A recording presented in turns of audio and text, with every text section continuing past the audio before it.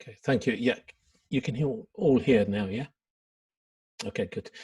Um, I suppose from the UK news, anything about America at the moment is about the fires on the west coast, and they are incredible. They are, you think you are in one of those movies that they churn out on in Los Angeles, um, and that's the scale of what's happening. And quite clearly, it is a result of climate change, and the impact of it is so huge. But on the other hand, you feel that it is not taking up much time in terms of the election that's taking place. And obviously, the discussion between now and November, and obviously well after, will be about the coming election, which is the US presidential election. And this is what the meeting is about. So, Trump, racism, and the elections. And I suppose I don't think I need, for the audience that's here today, I don't need to go in the ins and outs of Trump, but just to give some headers. When he got elected, he, the rabid racism against people from Latino backgrounds, particularly Mexican people, was huge when he called them all sorts of things. Subsequently, there was a ban on Muslims entering the country. There were huge demonstrations opposing that, and JFK Airport was closed down by protesters. And the list continues. It also, at the moment, there are 3,600 unaccompanied refugees locked up in American prisons. So that was the flavor of what you were going to get in terms of Trump's, but individual acts of saying and just talking about racism was part of his course in terms of what he did. But even coming up to the elections, and I'm not going to be talking about racism immediately now, but he has taken on the US Postal Service in terms of sort of saying that they are going to be upsetting the vote, getting postal votes out. So therefore, he tried to bend the rules totally in relation to postal votes. He's got behind him in huge numbers. When I say huge numbers of them rather than huge numbers of the American population, the QAnon conspiracy theories, who are quite a few of them are armed, they're right wing, they're malicious, and Trump is quite clearly egging them on in a way of ensuring that they bring a terror in terms of any kind of opposition, that they're positioned so that opposition is in fact stopped. And obviously, since the start of the year, we've had COVID and his response to COVID as well. We talk about Johnson, but if you look at the response of Donald Trump, and I suppose the headliner was when he suggested people need to be drinking bleach in order to get rid of COVID. Then he unleashed by opening up the economy. And I think after India now, or it was before India, in America, largest number of deaths in the world and largest number of COVID cases in terms of what's taking place. So the election is in fact taking place during this particular time of the pandemic, and he wants to use the pandemic as an argument to say you will not die, and therefore you need to believe in me. And obviously, people are dying as a result of that. So in essence, Trump is trying to end the lockdown in whatever form he can, while this catastrophe is in fact taking place. He's also taken on the U.S. Constitution in different ways, and the U.S. American civil liberties has been taking Trump to court without much success. But I suppose what we need to talk about is the question of racism in America and Trump's response to that. He was part of that. He's been part of instigating racism. He was from New York, and there's loads of evidence how, while he was involved in housing development, he pushed black people out of housing within public housing, public projects. He posted them out, and there's the famous case where young black men were tried for charges of murder. They were not guilty, but he quite clearly said, "Hang them. They need to be hung." And that was his message at that time. And before I come to George Floyd, let's lay bare. I'm not going to talk about deaths by police because I think that's been really well documented, but we need to look at the state of American prisons. I mean, there are 2.2 million people in American prisons, penitentiaries as they call them, and nearly 50% of them are black. Interesting enough, the other composition is that 37%, 50% are black, and nearly a third of them are from Hispanic or Latino backgrounds. Half of the people are in for what is deemed as minor drug offenses or repeated minor drug offenses. This is not kind of major dealing, but being in possession of drugs. And also, disproportionately in terms of prison populations across the world, the US has a higher percentage of women who are in prison than any other country. And most of them are in for non-payment of fines or finance irregularities in one form or other. So it's quite clearly, prisons are there for those who are in poverty. So African American adults are nearly 6 times more likely to receive a prison sentence than white adults, and nearly half of the nearly 200,000 people serving life sentences serving life sentences are black, though they only represent, and this is important, 13.4% of the population. So there are almost equal numbers. When considering what I've said, 13% of the population is black, there's equal numbers on death row as well. So 50% of prisoners are black and they're on death row.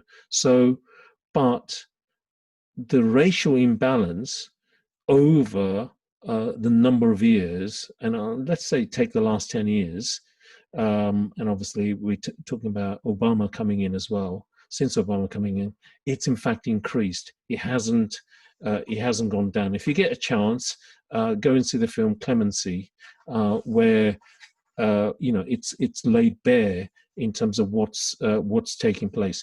And the question of crime is not something that is just there in relation to the Republican Party or Trump. 3 strikes and you're out was introduced by Clinton. Yeah. In 2015, he apologized for introducing them, but they've never taken away the legislation which said 3 strikes and you're out. So any 3 offenses, they claimed at the time it would be for serious offenses, but drugs came into that. You got banged up for life or for huge amount of prison sentences. Let's also not forget it was the Clintons and the people around them from the Democratic Party that talked about benefit queens, and that was quite clearly a racist terminology. It was showing that black women were benefit queens. That's the way it was portrayed, and quite clearly that the racism is not just at the hands of the Republican Party and Trump-like figures, but the Democratic Party has been at the behest of that. Clinton said, you know, at least I reduced crime by major numbers, but what he also did was to fill up American prisons by a huge amount of black people as well. So that was what he said was a slightly wrong imbalance in terms of what's taking place as well. So that is the life, you know, that is racism. There's racism in education, in universities. There are black universities and there are white universities, and that still continues in terms of what's taking place. And it goes without saying in terms of jobs as well. We can talk about the black middle class, but this we are talking about is the general life of black people in the US. But the resistance to Trump has come in many, many forms, and throughout his period, that resistance has come, but not as much and not ever has it been like it is and has been since the murder of George Floyd at the hands of the Minneapolis police. It has, you know, this opposition is the largest ever in American history. The Black Lives Matter movement. What was well over 1 million people have turned out. Now listen to this. Well over 1 million people have turned out in nearly 550 places across the United States. Yeah, okay. By that, I mean million people over a number of days in particular cities. Yeah, okay. So that is large. It's suggested that between 15 and 26 million people in the United States have participated over the death of George Floyd. And these are the figures that were released in June, July. They also term people who do this research, and they use this term, you know, they call these demonstrations organic. What do they mean by organic? They mean that both black and white people are attending the demonstrations. People who are young and old as well are attending those demonstrations. Young and old black people, of course you would expect that, but young and old white people are also attending in huge numbers as well. So this has been this has been said to be the largest protest movement in the country's history. It is bigger than the civil rights movement. It is bigger than the women's movement a few years ago, which was very, very large across that. So I think the Women's March in 2017 turned out 3 million to 5 million in a single day. This has eclipsed that in terms of what's taking place. And it is interesting, and I'm going to share my screen in relation to, you know, we can talk about the kind of the various issues that are at the heart of racism, but let's look at the polls, because this discussion is about whether Trump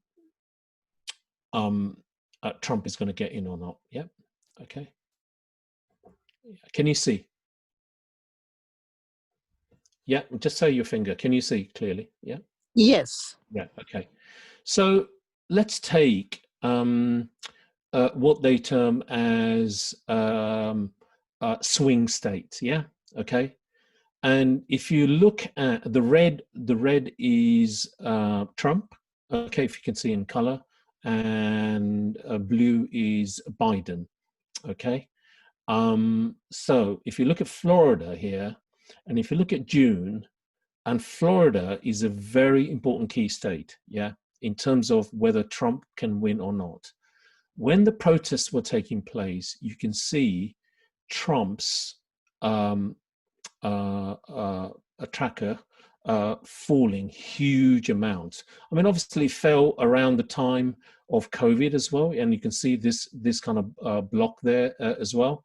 But here, consistently, whenever the demonstrations have been taking place, Trump's polls have dipped hugely in terms of what's taking place, and Biden and the Democrats have been kind of steady. But if you look at the figure here, September the 7th is the last tracker polls, right? It is too close to call. It is simply too close to call in terms of what's taking place. Pennsylvania, I suppose one can say it's a kind of a comfort, there's a bit of a comfort zone there for Biden. Look at Ohio, which should be Democrat. Ohio should be Democrat. And you can see what's in fact taking place in relation to the demonstrations, and obviously the issue to do with COVID as well. Now, wow, who knows? Who knows? 0.5. And Ohio, we can talk about Ohio and the kind of place it is. It is a state that is been run down in relation to jobs, even after what Trump had said. It is it's not part of the Rust Belt, but it's quite clearly a part of the kind of the grain, the agricultural part of America. Michigan, again, Biden is there in terms of what's taking place. And in North Carolina, wow, that is too close to call. And Obama won North Carolina. Arizona, a bit more comfort there for Biden. Wisconsin's, again, a bit more comfort for Biden. But after this talk tonight, I'll urge you to go and see a video cast on the Guardian website about Milwaukee and about actually what's taking place on the ground. And that's what I'm going to just briefly talk about as well. And Iowa, well, Biden ain't going to get it, to put it simply, in terms of what's taking place. So these are the places, but it's interesting that whenever the demonstrations have gone up, right, Trump has gone down in terms of the polls, because the issue is quite clearly being put at the center of what's in fact taking place. So, the issues that matter to people are put at the heart of it, and the question of police, racism, Trump, racism, the American system and racism, it's at the heart of it. Since 1979, and I'm taking that as a particular juncture, right, because that is when what I would say the neoliberal project was ramped up by both Ronald Reagan and Margaret Thatcher. What has been central to what's been taking place is racism. Yeah, racism, official, unofficial, state, legislature racism has been at the heart of both the UK and the US in terms of legislation being put through. And so in order to achieve what they want to in terms of their project, or neoliberal project, both the Democrats and the Republicans have systematically used racism as a way of promulgating what they want to achieve. And it goes without saying that unless that is challenged, and at the same time what I was termed as the neoliberal project, then I think it's going to be extremely difficult for Biden. I don't know whether who's putting money on Biden at the moment, because when Obama was in the seat for running in 2007, 2008, the enthusiasm for him was huge, and there were people putting money. At this stage, he would get in. Here at this stage with Biden, there is a despondency, there's depression. People feel, I've got to do it. I've got to get Trump out. I don't like Biden. I don't know what he is. I don't know what he stands for. And especially amongst the young African American community in the US. And Biden is hoping that that is what will win him the vote, right? Quite clearly, at the start of the year, it was very unclear whether the Democrats or the Biden would get in, right? It was very unclear, and Trump was very, very confident of getting it. But since the Black Lives Matter movement, it's very, Trump has been on extremely sticky ground whether he will get in again in terms of what's taking place. And therefore, he's ramped it up in relation to the Black Lives Matter movement and making it what he sees as law and order, whether you will have the American way of life as you knew it and you want to make it better. I know that's all cliche stuff, but quite clearly, that is what is there when he makes every one of those kind of, I would say, very clever, incisive statements in order to ramp it up. And when you look at the Democratic Party convention, who do they wheel out? Obama, who people, and especially young African Americans, are very, very disappointed with. And then they wheeled out Michelle Obama. And it was flat as a pancake in relation to what took place. So, at the heart of what's taking place with the Democratic Party, they're using COVID to say mismanagement of COVID, but it is striking amongst the population, but it's not being decisive in relation to what's taking place in terms of breaking Trump. It's simply not happening at this particular time.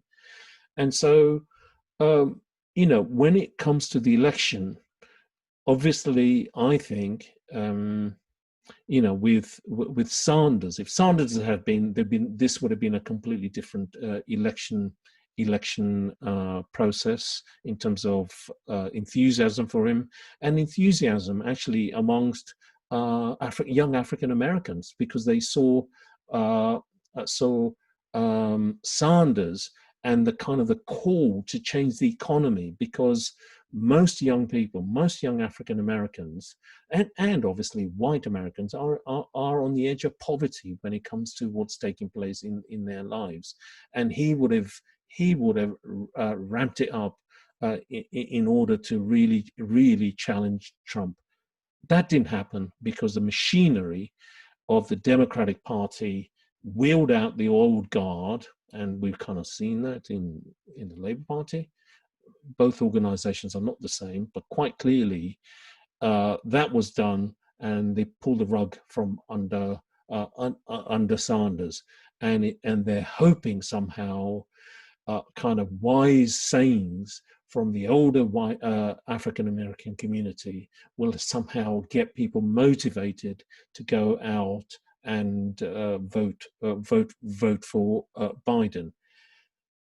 Even within this, that Trump is ratcheting it up, and it was no secret that he quite clearly decided that people who opposed and were who opposed the racist agenda in terms of vigilantes coming on to demonstrations, that he would kind of provide a green light for them to pull their guns out. Guns are a serious issue. It is not there for show.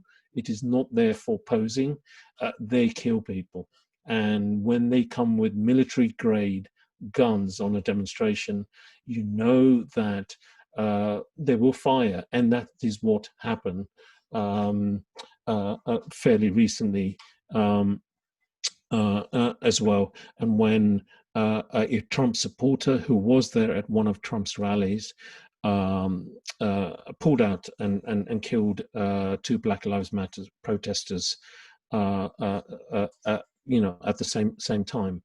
But it's interesting, isn't it, that the Democratic Party machinery keeps saying, have demonstrations, but they can't be violent. But actually, Trump and co are making them violent. So how do you then respond, rather than saying, well, we shouldn't be doing that, we shouldn't be turning up to those where there are curfews and that, they should be saying, let's have the majority there.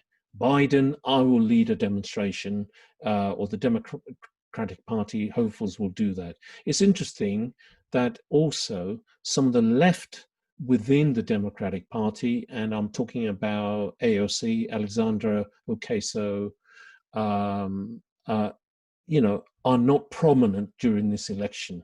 Yeah, that what is terms of the terrible fall are not around in that prolific way. It's all left to speeches by Biden, which you fall asleep within 30 seconds. But even having said that, this movement is such. American sports at the moment is not taking place. American national sports is not taking place. So, for example, there's a boycott movement in basketball, baseball, football, and tennis. And, players are also saying taking and wearing Black Lives Matter t-shirts is no longer enough. We want to shut down sports as there is no justice as well. So even within the short time, and if the issue is about Biden getting in, then those tracker polls would have quite clearly showed you that if our side takes the argument on with mobilization, then quite clearly Trump will be on a defensive and his supporters will be on a defensive as well. Now, it's interesting that people are also coming out with discussions about what will Trump do if he loses. Will he refuse to leave the White House? Will he get the vigilantes and the right-wing militias turning their guns onto what's taking place? Personally, and you might disagree with me, I think that debate should be left until the day on the election or after. I think the issue, if we are serious about defeating Trump, then it needs to be about mobilizations in every form that we can actually think of in terms of what's taking place. And obviously the clear weapon that's not been brought through, which is a killer for him, is the mobilization of the American working class in its different forms. During the Black Lives Matter movement, there were glimpses in which parts of the working class quite clearly took the stage. On the West Coast, the longshoremen came out on strike on so many occasions. They were in New York, bus drivers refused to take prisoners. Those who've been stopped by the police in terms of the demonstrations refused to take them there. Similar things happened in Chicago and a number of other places. There was a strike for the $15 an hour in all the fast food industries as well, and food processing and food manufacturing industries as well. And so there were glimpses, but all of that has now been put back in make sure the road is clear for Biden.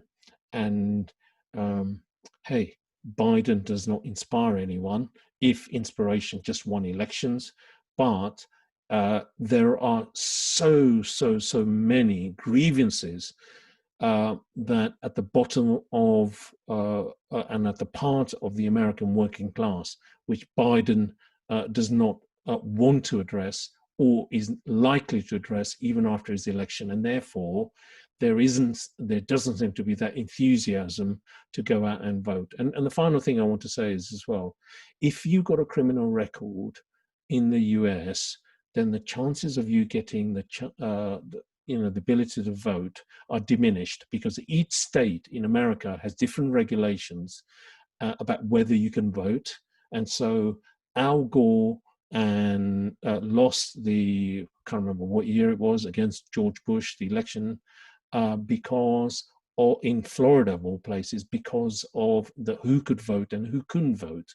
Right, and it boiled down to whether ex-prisoners, those who had criminal records, could vote in the election or not. And that, even after 8 years of Obama, has not been sorted out in terms of federal law or anything of that sort. So, there are so many hurdles, even if you get someone to say, I'm going to go and vote, before they even get a chance to get in and put there and push the ticker machine to get the vote. So, I think the discussion for us socialists, people on the left, is, how can we intensify mobilizations, not only in America, but also here as well. because the Black Lives Matter movement became global. It was inspirational, but also what we did in the UK mattered. When the statue of Edward Colston was brought down in Bristol, that had a huge impact in America because they gave them a green light to bring down even more statues in terms of the Confederates across a large number of southern states as well. So this movement is global, and if we intensify what we do here, that can only give confidence to the movement there. But if the ticket is, you just need to make sure on November the 3rd to go in and vote, I think the outcome of the election is unknown at this particular moment. Yeah. So I'll leave it there. Of course, we want Trump to lose, but it is not certain. Okay. Finish there. Thank you. Excellent. Okay, folks, if you want to come in and make a contribution, I don't aim to be firm about the 3 minutes, but if you can try and be considerate that, you know, there are new people here and we want as many contributions as possible. Can you keep your contributions to 3 minutes if possible? As you probably know, there's a little box at the bottom of the screen that says participants. If you click that, a box opens up to your right and it will have a little button in it that says raise hand. If you raise your hand, I'll try to call speakers in order. If you're a newer attender, I may well prioritise you and put you to the top of the queue. But if you can, as I say, raise your hands, you know, I'll try and bring you in order. And as I say, stick to the 3 minutes, folks. All right. Anyone want to put their hand up or come in first? Andrea, you've unmuted. I take that as you want to speak. Yeah, go on then. Please do. Fantastic. Go on. Yeah, really just thinking about the link between race, i.e. African Americans and Hispanic, and how they may demonstrate their mistrust, apathy, you know, with the institutions, if you like, with the rulers and the whole, you know, ruling class in America, and, you know, vote with not voting, if you know what I mean. Not vote because they feel there's not going to be any change for them. They've got no faith. And with that, you know, we, as Raoul said, we probably don't have any faith that anything will change, but, you know, for socialists in America, what should be the sort of message to people? Is it worth them voting, for example? You know, obviously the movement is showing that there are vast numbers of people who want change and are putting, you know, their faith in one another and turning out in the millions in the demonstrations. But will the fact that there is a lack of trust in either the Democrats or the Republicans going to be counterproductive for Black African Americans and other ethnic groups? And what should, you know, what's the link between the movement and voting, if any?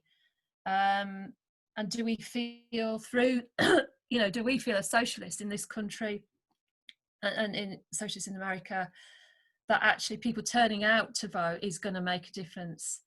And are we sort of saying, you know, there's two things that people should vote, but they should also join in the demonstrations, and change will come not through the ballot, but through the movement and through the demonstrations, no matter who is in power. As we found, you know, Obama didn't bring about the changes that people wanted. Trump certainly won't. So yeah, I think I'll leave it there. Thank you, Andrea. That's brilliant. Does anyone else want to put their hands up, please? And if you're new, especially, put your hand up. You know, we would love to hear from you. You definitely have a contribution. Please, somebody, please.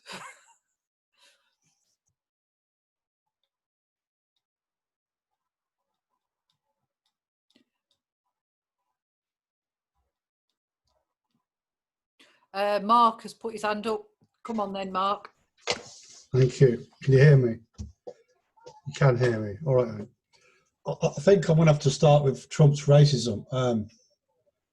Is it fair to say that Trump has got a pathological hatred of black people, in a sense that they claim that Hitler had a pathological hatred of Jews, you know? And he, in 2011, Obama humiliated Trump at a rally, called a Washington Correspondents' Dinner. And I mean, literally, it was a huge affair, you know, and all the rich people there and wealthy. And Obama humiliated Trump in front of everybody. Trump was attending the rally, and you can see he was humiliated by it. And it was at that point that he decided that no one's going to humiliate me like that. And that's why he ran for, one of the things he ran for president, was to overturn everything that Obama did, which he did, didn't he? Each month he ripped up everything that Obama had introduced, and he did it publicly. And it was like I'm going to get you back, Obama. No black person's going to humiliate me like that. And his father was a racist and stuff like that. But obviously that's like a psychological profile. But he has used racism so much. But he does have a sizable black community who support him.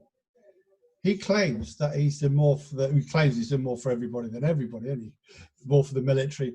He claims economically he has done more for African Americans. And for a short while there was a small period of prosperity. It weren't great, but it was enough for him to get a community sizable to follow him. And that's and even through the Not Me movement, there is a sizable women community who support him. So it's not, even though he uses racism, he still gets a following of ethnic minorities. He attacks women. We know he's a misogynist, but he still gets following from. So he's got something, you know what I mean? He's doing something that's appealing to the American public. I don't know what it is, but he is, you know what I mean? And we have to analyse it.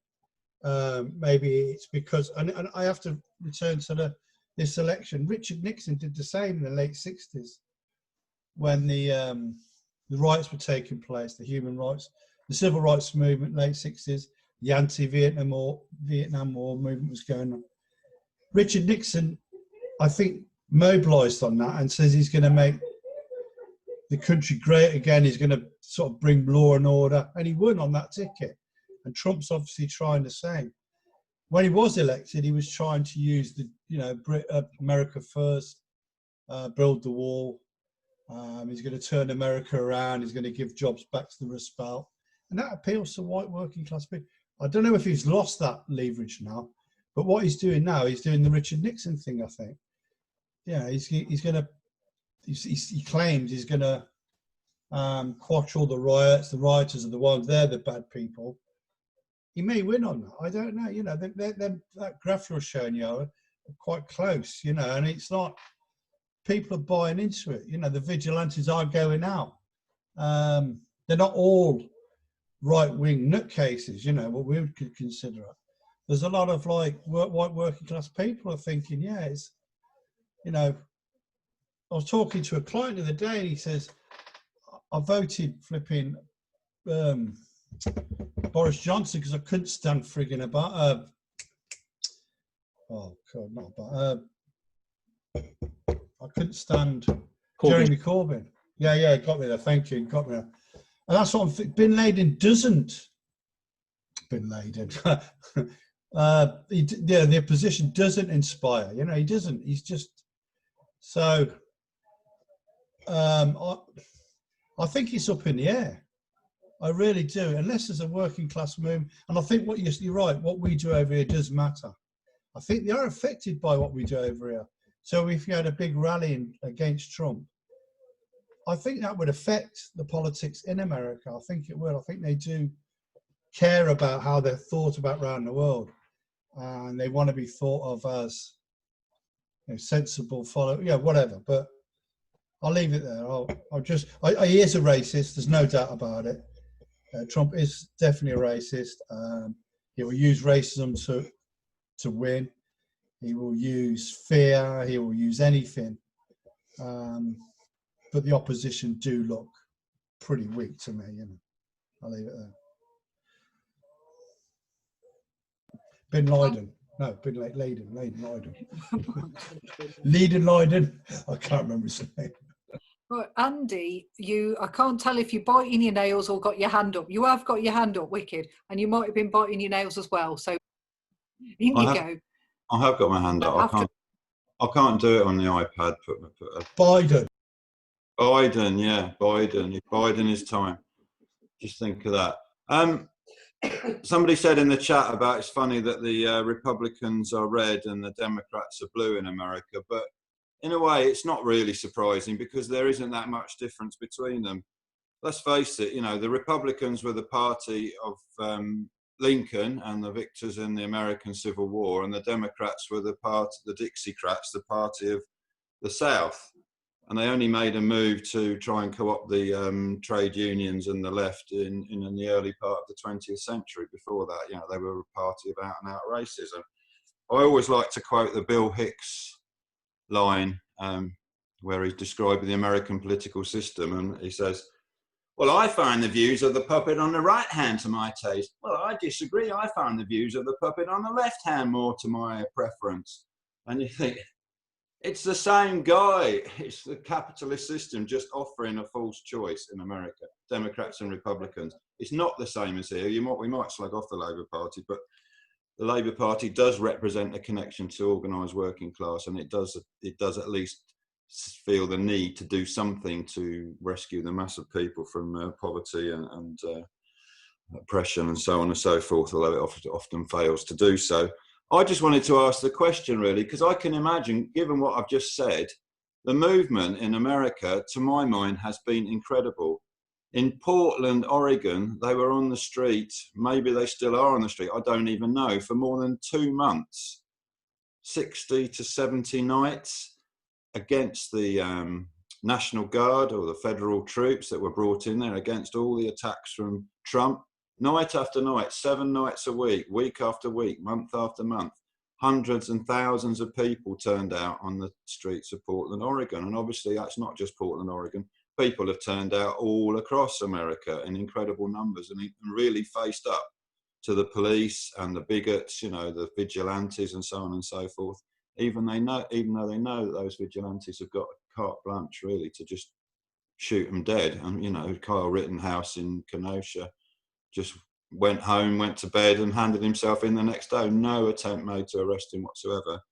And the one guy in Portland who shot dead a right-winger, he was assassinated by the local police and was praised by Trump for doing so. It's open season on Black Lives Matter protesters, yet they keep coming out. It's just incredible. So my question is, given the power and commitment of that movement, is there likely to be a movement of them to not vote?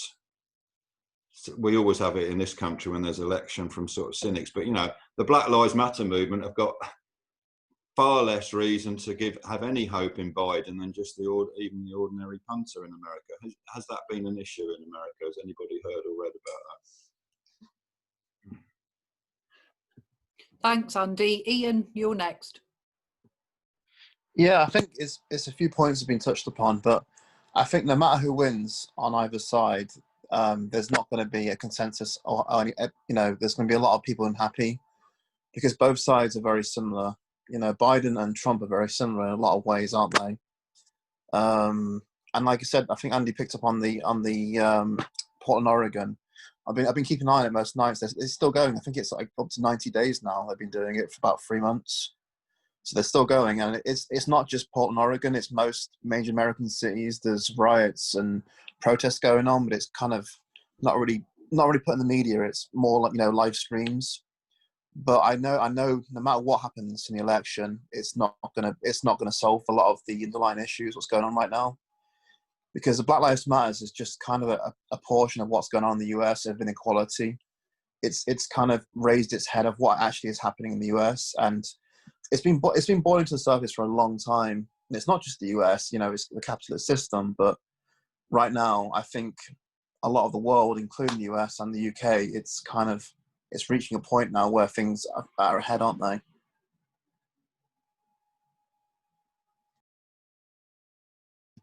Yeah, excellent, Ian. I've got no further hands up. Please wade in, put your hand up, make a contribution. We definitely want to hear what you've got to say. Please, especially someone who's new, Monima, Shagufta, you know, we definitely want to hear your contribution. So I'm waiting for someone to put their hand up. Okay, I'll have a little go. Shagufta here. Hi. I'm not new to this, but I can't always come because of my meetings clashing. Excellent talk. Really enjoyed it. Very enlightening. And yes, Trump is not only a nutter, a big bully, and a racist, and that's what I would say. Yeah. Thank you. Yeah, absolutely spot on. Thank you. Anyone else want to make a contribution? Please feel free to put your hand up. Monima, you know, please, we want to hear what you've got to say. If anyone else wants to put their hand up, I'll bring you in.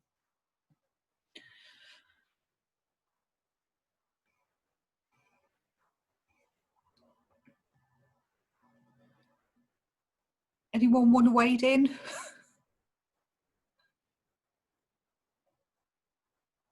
that you, Patricia?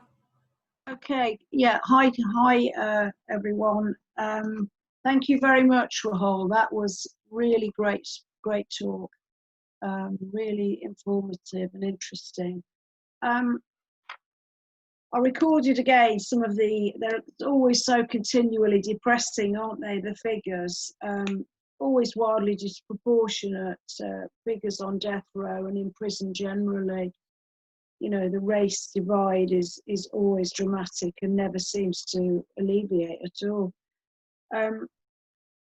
You referred to the neoliberal project and you mentioned the need for the working class to become fully involved. Well, I was thinking about you mentioned the food industry, but that's something that would be good to cultivate, I would think, because there's such a massive addiction to fast food, isn't there, in America? So if that's disrupted, it's noticeable and it has an effect. So that's just something, I'll have another look through the notes, but that's something that struck me, a good place to agitate, shall we say. But thank you very much. Excellent. Thank you, Trish. Welcome, Carla, as well. I've not got any further hands up. Please consider putting your hand up and contributing. You're absolutely welcome. I'll sit quietly for a moment and see if anyone wades in.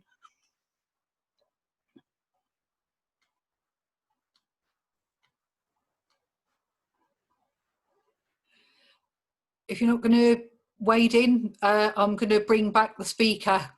Has no one got anything else that they want to add? Shagufta. I was just going to say that we've been talking about racism in America or everywhere else, but this is the time now, I think we can start also looking into a lot of issues, why the misuse of substance being so high and all that. There's got to be more help in that matter as well. I think they should start looking into these issues at the same time. And because we cannot just keep on crying about racism if we don't do something ourselves to improve our lives. Education is so important for Black people, for ethnic minorities. We've got to fight for those rights. We've got to start tackling the drug issues. So we need to do something ourselves as well. Thank you. I don't know if that makes sense. Thank you. Yeah, it does. Yeah. I mean, a lot of it, you know, there's a opiate epidemic, isn't there? And I often think that's a lot of that's to do with despair. Basically, it's like the 80s and the closure of all the pits and the epidemic of heroin use that you've had in a lot of northern towns since the closure of the pits and the destruction of mining communities. So it's a similar kind of thing. Mark, you've got your hand up. So Mark next, but please feel free to put your hand up or wade in after Mark and make a contribution. You're absolutely welcome. We definitely want to hear what you've got to say. Cheers. It's just a question like related to England as well. In Britain, where the Brexit Party did well, there's very like coastal towns and stuff like that. The mixed the towns that weren't very integrated, weren't very low populations of like minorities and stuff like that. Is this true in America, where the most people who vote Democrats are like so areas where there's good mixture of different groups and stuff like that, and the people who vote the Republicans is where it's mainly sort of like white and I think over there they use actually the term white Anglo-Saxon Protestant, WASPs they call them, don't they? Certain areas it's WASPs, hardcore Republicans. Is that true? Is that how the voting works out as well, if you see what I mean? Very limited interracial areas will vote far right, and then just a question on that, really. I'll leave it there. Thank you, Mark. I think Andy's waving at me. I'll bring in Andy. As I say, anyone else wants to contribute, put your hand up. All right, folks. Yeah, just quickly. I mean, we can't. Shagufta mentioned the question of drugs and police criminalisation of the black community, which applies in this country equally. Well, in the same way. I mean, it's big in America.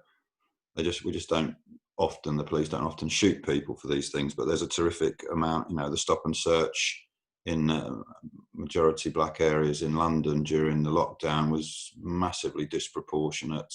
There was a story recently, wasn't there, of a black guy. I think he'd organised a charity cycle ride, and while he was coming home or something, he was stopped by the police, and they assaulted him, and their excuse for stopping him was that they could smell cannabis, which is what they use over and over and over again. The decriminalisation of cannabis would go some way to solving this, but it is a big problem. There's a guy who's been coming to the Black Lives Matter protests who's very passionate about that our movement should be trying to address the issue of county lines drugs gangs and breaking this cycle of youth on youth violence and the culture that breeds these stabbings and so on and so forth. It's obviously a subject for another meeting which can't be covered now, but I think the question of the criminalisation of the black community by the police and the culture that has developed in response to that is a huge subject which maybe we could think about for a future meeting. Maneem is asking a question.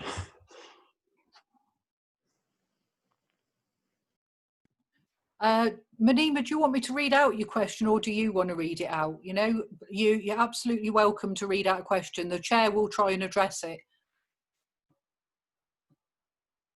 Do you want me to read it out? I'll read it out.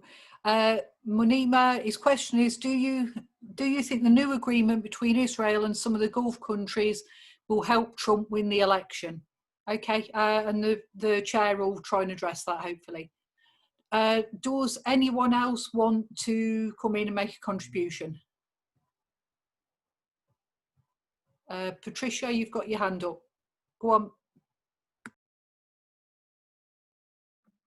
Hi, yeah. I just wonder how we can kind of crack it with Trump. I mean, how can we get people to see what we see? I mean, it's obvious the man is a racist and just a moron, the capitalist of the worst order, sexist, you name it, there's every ism going, but how come we can't get other people to see that? I mean, he's promising. What is he promising? What is he actually delivering? I believe that they're saying that the economy is better, but how is he getting away with what he's done with the casualties anyway, with COVID?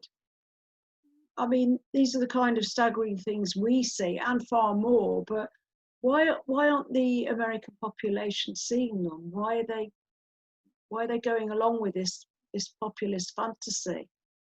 This is a kind of a myth that is difficult to understand. Why people are seduced by the fantasy of this, and it's not based in reality at all, is it? That's my thinking anyway. I'm just throwing that out there. Yeah, thank you, Patricia. Does anyone else want to make a contribution?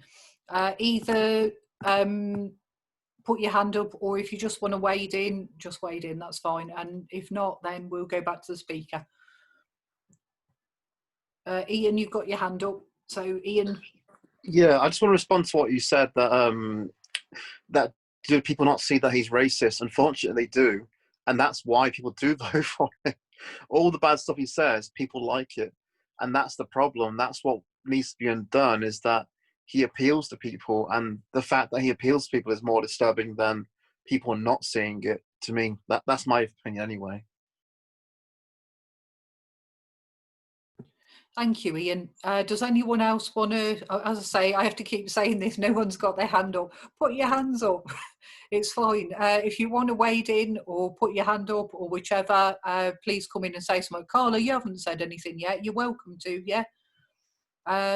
Anyone else as well? You're a bit quiet, speak up. When it comes to Trump, is the fact it's a bit like COVID, and it's a bit like laws, it's a bit like people seeing the police. People don't know their rights. So when it comes to Trump, I totally agree. He is very racist. Everybody does see it. And like the gentleman that just spoke, Ian, said that people vote for him because he's racist. You do favour, I'll give you an example. It's like this diversity that's just come up with diversity grants. With those votes and people discriminating against what was shown on air as a dance, you know, was that police officers that create police brutality? Was this governors? Was this judges? You know, don't mean to be like vindictive, but people pick and choose what they, you know, I don't want to jump on the BLM thing and slide that to the side, but back to the Trump thing, it's scapegoating. People follow what they think is the lead. So I totally agree and say that people do need to wake up, but it's quite kind of difficult spreading the message. Thank you. Yes, well, we have to present leadership, definitely. I've got Sean and I've got Ian. So Sean, then Ian, and then we'll go back to the speaker if that's okay. But again, if anyone wants to wade in before we go back to the speaker, please consider it. You know, I'll try not to cut you off. But for now, Sean and then Ian. Okay, I was thinking of saying something about this in response to Mark, but now Ian and Carl have spoken as well. It's partly to do with, you know, this thing about Trump being a racist and attracting votes. I think what we need to understand is what Trump does. I mean, people feel very alienated, you know, oppressed and exploited, and they want to do something about it, right? And there's two ways you can go. One is to look for things like Black Lives Matter does, that we actually seek to do something about it through organisation of ourselves alone, as that Sinn Féin used to be called, you know, which is leaning to the left kind of thing. The other thing is that you just believe somebody like Trump, who comes along as a populist, and what he succeeds in doing is, of course, he has no interest in actually really changing anything in the interests of working class people who are alienated.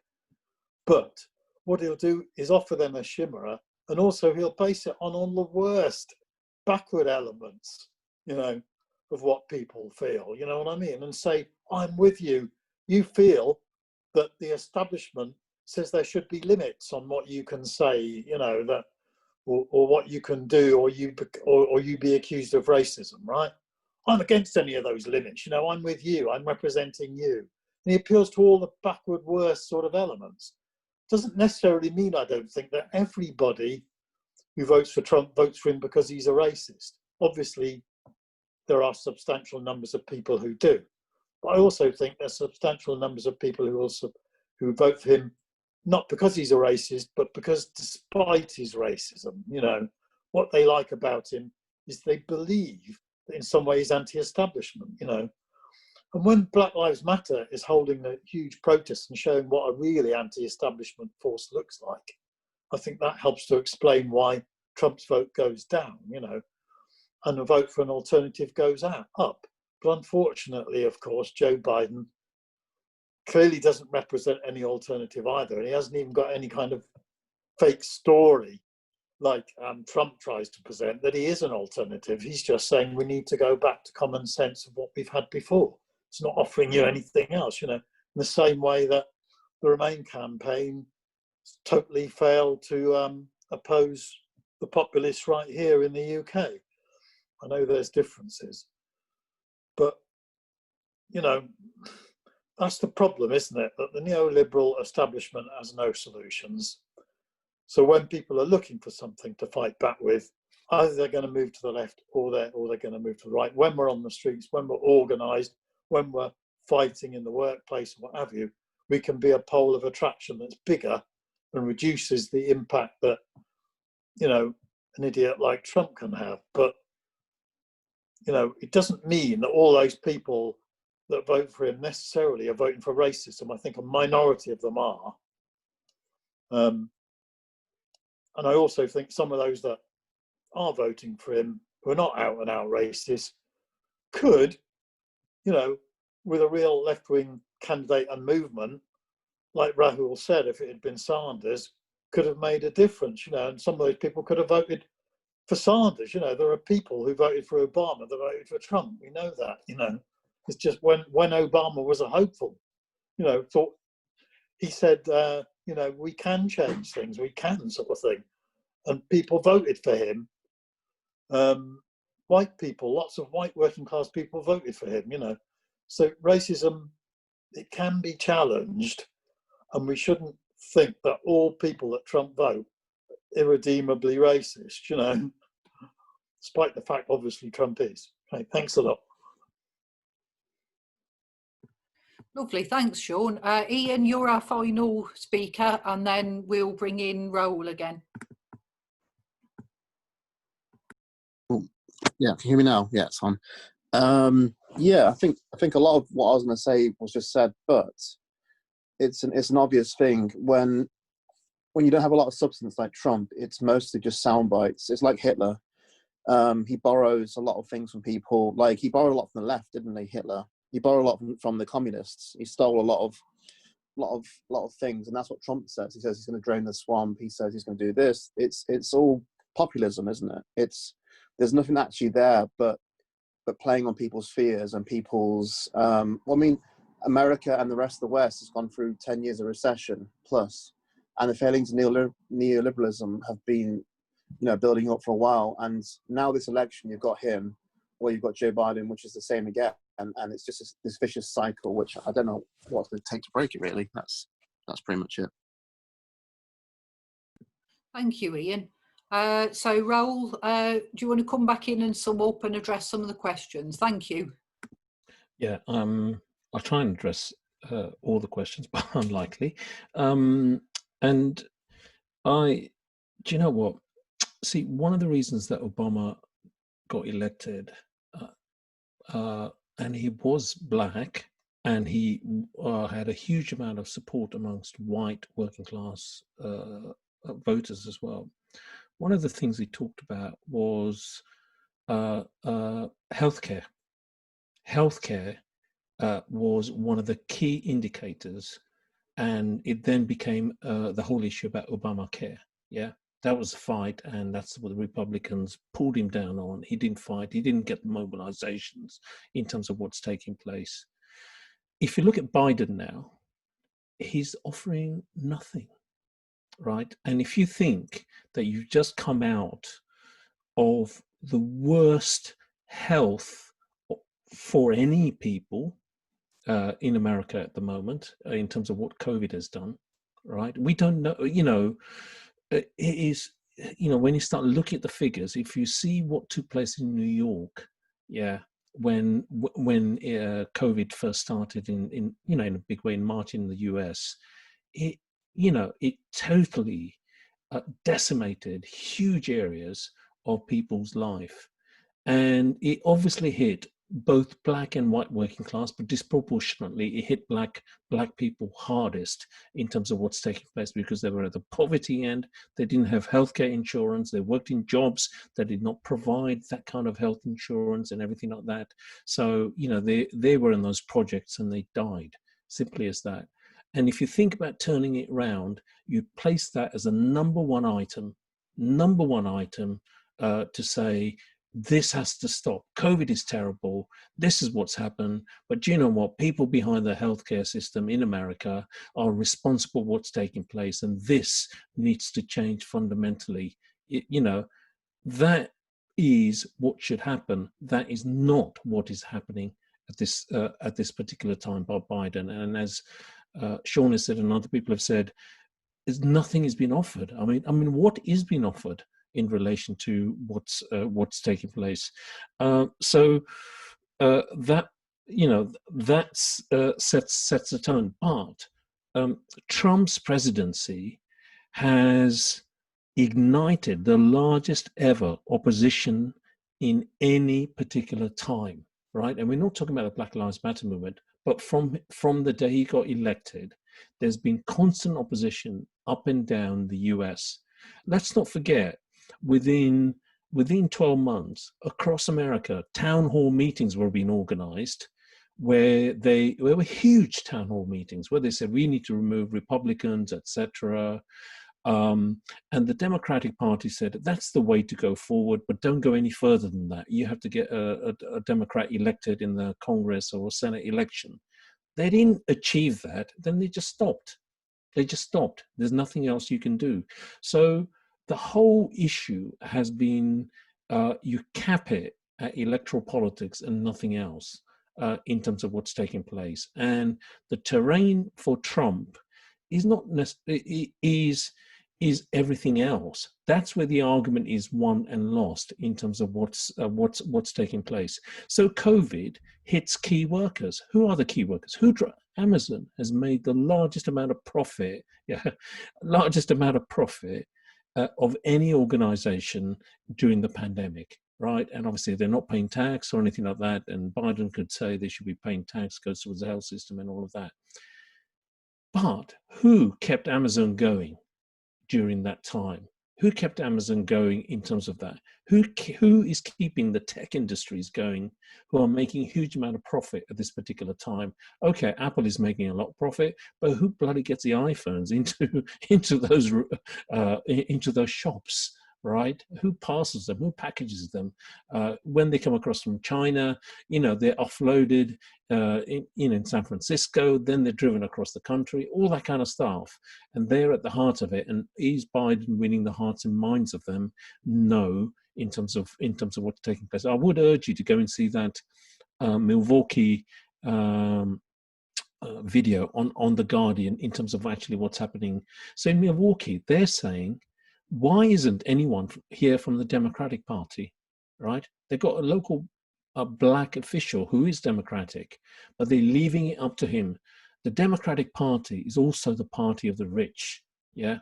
And really, they don't want to go anywhere near what they see is black neighborhoods, Latino neighborhoods, or anything of that sort, right? To get their kind of hands dirty.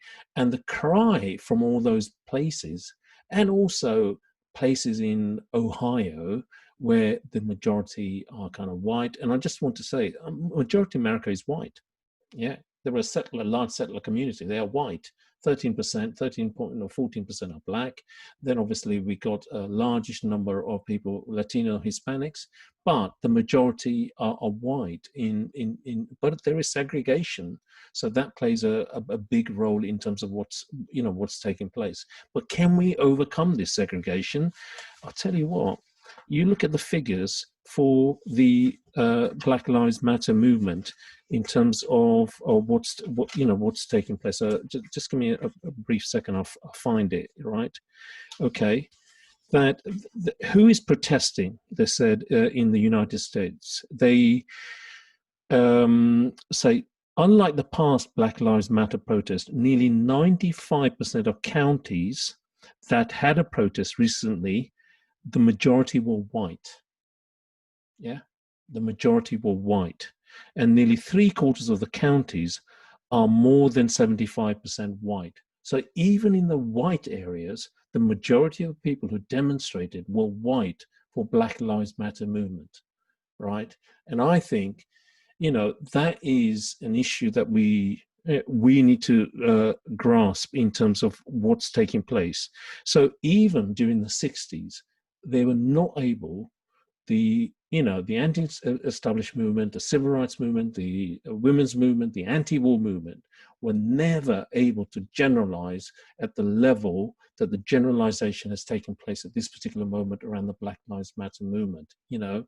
However, what's happened is the cudgel has been dampened by the Democratic Party, which is to say, Biden, vote, nothing else, right? You'll damage what's taking place. And I think those hopes and aspiration for those white people who wanted to also see change in terms of racism in America, that's what's, I think they've been let down very, very badly in relation to this. Just quick answer to the question about UAE, Israel, and Trump. I don't think it's going to make any difference. Trump might come out and say things about it on Fox News, and he's delivered, etc. This election is going to be about home issues in America, right? It is going to be about home issues in relation to what's taking place, and international issues predominantly in US elections don't play a key significant role. It is about what's in the breadbasket, what is happening in my life. That matters. But what's really happened is that this time racism has been put at the heart of the agenda of the presidential election. The question is, how much is the Democratic Party machine able to take it up? But having said that, the other question is, how much, and this relates to someone else, I think Andy was asking it, how much are people who are organizing, involved in the Black Lives Matter movement, feeling that they need to quieten down? They need not to do those demonstrations, yeah? Portland, Oregon was fantastic. They fought back and drove the feds back. I mean, hey, this is the American military, man. They drove them back in terms of what's taking place. They could have done that with the vigilantes as well in terms of it. But the way to drive the vigilantes is mass mobilization. But hey, it's guns. So yes, you will have some people shot in terms of what's taking place, but you're having people shot anyway in terms of it. The question is, what risk do you take? The question is mobilization, the numbers that you have, and you will unite. But at the same time, you need to bring in class issues. And I think it will be the detriment of the Black Lives Matter movement if it doesn't bring in class issues in relation not just to anti-racism, but it also unites and tries to build unity with real deep grievances that are heart of US life, of American people's lives, and that needs to be a part of it. The question was in America, it's still this: the 1% among and the 99%, and we can win the 99% because those issues haven't gone away and will be there on the 4th, 5th, 6th, 7th, 8th, 9th, 10th of November in terms of what's taking place. But I'll tell you also, honestly, if Trump gets in, we'll all be disheartened, whatever people say, in terms of that Tweedledee or Tweedledum in relation to them. But at the same time, I don't think we as honest socialists, as people who are revolutionaries, should give up and say, actually, it's all about the vote. Because if we look at American history, you have huge revolutionary upheavals that have taken place in the past. The Civil War was part of that. Of course, it was a Republican Party which was anti-slavery, and the Democratic Party was a party of slavery. Nevertheless, it was a huge revolutionary movement and there was a civil war to that. People address it as a civil war. It wasn't just a civil war. It was a country which said, we are going to take off the shackles of slavery, right? And we want to do that. And they fought over it in terms of what's taking place. That was 1861, 1862.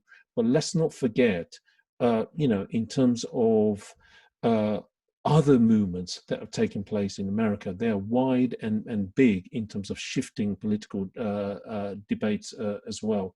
And absolutely right, Ian. The nation was built on revolution, and the revolution against the Brits. Let's not forget that.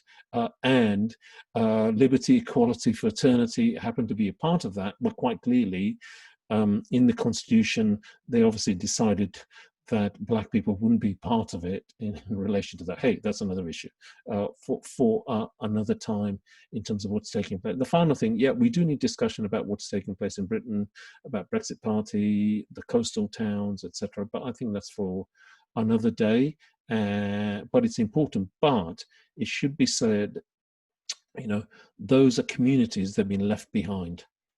Places like Hull, places like the Northeast, they've been left behind, and there was a hope that Corbyn would be there to win them over, but he was clipped in every way possible by the machinery of the Labour Party. So, and that's what we need to think about. We need to think about, and the discussion is, can we build a different organization in America, a revolutionary organization, rather than fall back on Tweedledee and Tweedledum, as is often said about those parties. So I'll finish there. Thank you.